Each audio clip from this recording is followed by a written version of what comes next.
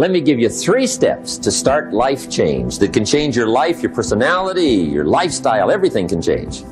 Here's the steps. Number 1, find out how things work. The first key to doing better is find out. To change your life, really, you need ideas. There isn't anything an idea can't change. And Schoaf taught me the major problem is lack of an idea, not a problem.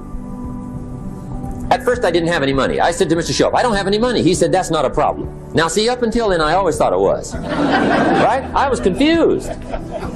He said, no, the problem is lack of an idea on how to create money and wealth. It isn't lack of money, it's lack of ideas. So if you get the ideas, see, you can change anything. Now to get ideas, you need a constant study of finding out. Now, Schoaf also said, when you find out something that works, put the information in your journal. Don't use your head for a filing cabinet. Put it in your journal so that you can do the next best thing. Repetition, repetition, repetition. Go over it. And if you repeat it, go over it, sure enough, someday, some mysterious day, the idea takes root, starts to grow, and shows up in your bank account, and your dress, and your personality, and your lifestyle. But capture the ideas in your journal. Find out how things work. Schoaf gave me this word for my life change. He said, study. Great word. If you wish to be successful, study success. If you wish to be happy, study happiness. If you wish to be wealthy, study wealth. Don't leave it to chance. Make it a study. Some people just go through the day with their fingers crossed. See, that won't do it. You've got to study the things that can change your economic, social, spiritual, personal life. Now, here's a qualifying phrase. And we'll have several of these qualifying phrases throughout the seminar. Here's the first one. You may not be able to do all you find out. I understand that. You may not be able to do all you find out, but you should find out all you can do.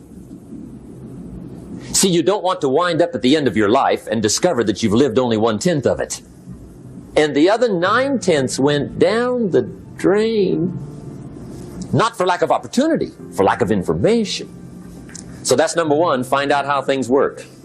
Now here's the best human virtue for finding out. Curiosity. Make a note of that. Curiosity. Be curious. You might add a word to it that'll help. Childish curiosity.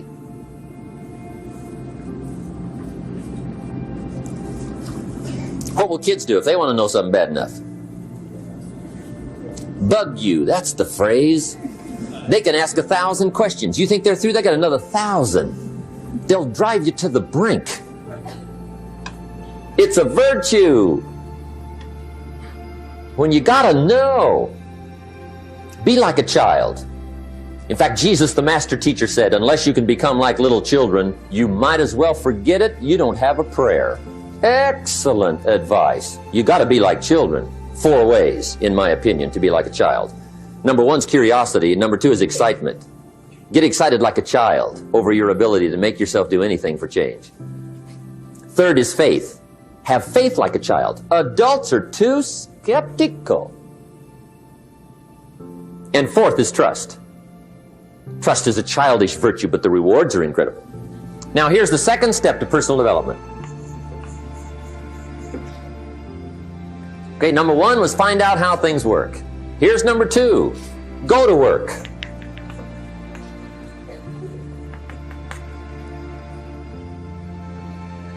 You must now take action on what you found out. In doing business around the world, we call it game plan. Put together your game plan. One of the major things we teach on the weekend seminars, game plans. How to game plan your office. If you're in sales, you need a game plan. Kids need a game plan. You need a home game plan, social game plan, a business game plan. Everybody needs game plans. Financial independence, game plan. Your investment, game plan. Don't think in your head. Put it on paper. Don't operate out of your mind. Operate from paper. I often ask somebody, what are you going to do the next 6 months? And somebody starts to tell me. I say, no, don't tell me. Show me. Show me your game plan for the next 6 months. Then I can look at things and maybe I can help. But you got to operate from paper. Put it on a game plan. Take action on what you found out. Now here's the best word I know of to go with action. Massive. See, that'll change everything. Massive action is called the cure-all. If you're going to make calls, make a few thousand. If you're going to make contacts, make a few thousand. If you're going to knock on doors, knock on a few thousand. See, that'll change everything. Here's the language of the poor. I'll try it a time or two and see what happens. It's the way poor people talk. The guy says, well, I'll give it 30 days. 30 days. You could guess his bank balance. You've got to have a better game plan. So here's one of the major things to do starting tomorrow. Take a look at your game plan. If it isn't loaded with massive action, change it. Tomorrow. Action. The formula really works like this. Pick up a good idea, take heavy action. Pick up a couple of good ideas, take heavy action. That's the formula for success. Heavy action.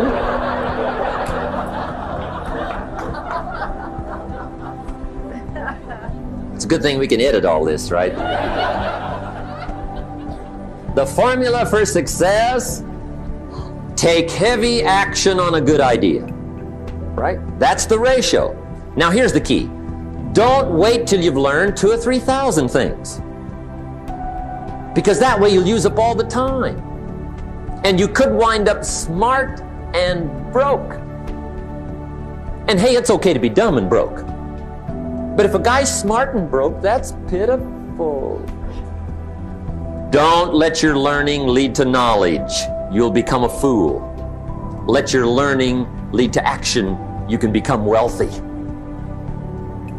And there's many kinds of wealth, I understand that, not just money. Money's one of the least of all values. I know some people with a lot of money that are very poor. Evita sings, as for fortune and as for fame, they are illusions. They're not the solutions they promised to be. So there's all kinds of wealth, but to get a big share coming your way, you've got to have a heavy action game plan. Now here's the third step to personal development, and we'll wrap up personal development. Step number 3, it's just a little caution, and all through life we need little cautions. This one simply says, don't try to beat the system. Find out how it works, work it, but don't try to beat it. Some people learn just enough to start slicing it, shading it, thinning it, cutting corners, and looking for cheap answers. See, don't fall for that. You'll wind up with a cheap life. Find out how it works best and do it that way. Even though it seems to take a little longer, do it right. Don't compromise with right. Now, under this step, here's another key. Be a quick learner. Don't let it take long to teach you. Learn quicker. One guy said he broke his nose 7 times in the same place. Somebody says, looks like you'd stay out of that place. Learn quicker. Now, the third point here is don't be stubborn. See, some people won't change even when a better way comes. They say, well, I've been doing it this way 30 years. Hey, be ready for change. If it's a better way, go for it. But don't try to beat it. Or you'll be like the guy that went to Las Vegas. He didn't have much money. So he didn't want to risk his money gambling, but he gets to Las Vegas and the jackpot bells are ringing, the money's flowing, the lights are flashing, and he can't help himself. He's got to gamble. But instead of gambling with his cash, he decides to play the mental gambling game. And the brilliant scheme he worked out goes like this. He'd pick a number like number 3. Mentally, he would bet a certain amount of money on the number. And whether it won or lost, he would jot down that amount in his little pad. I would have won $5 if I'd have made that bet, just to keep track of it, win or lose. That way, come midnight, he can calculate how he's doing, win or loser, how much, only not his money. Keep his money, Just play this mental gambling game. So here he is around the gambling table, everybody else shelling out their hard-earned cash. He's got this brilliant scheme. Instead of betting with his money, he's betting with his mind, and he lost his mind.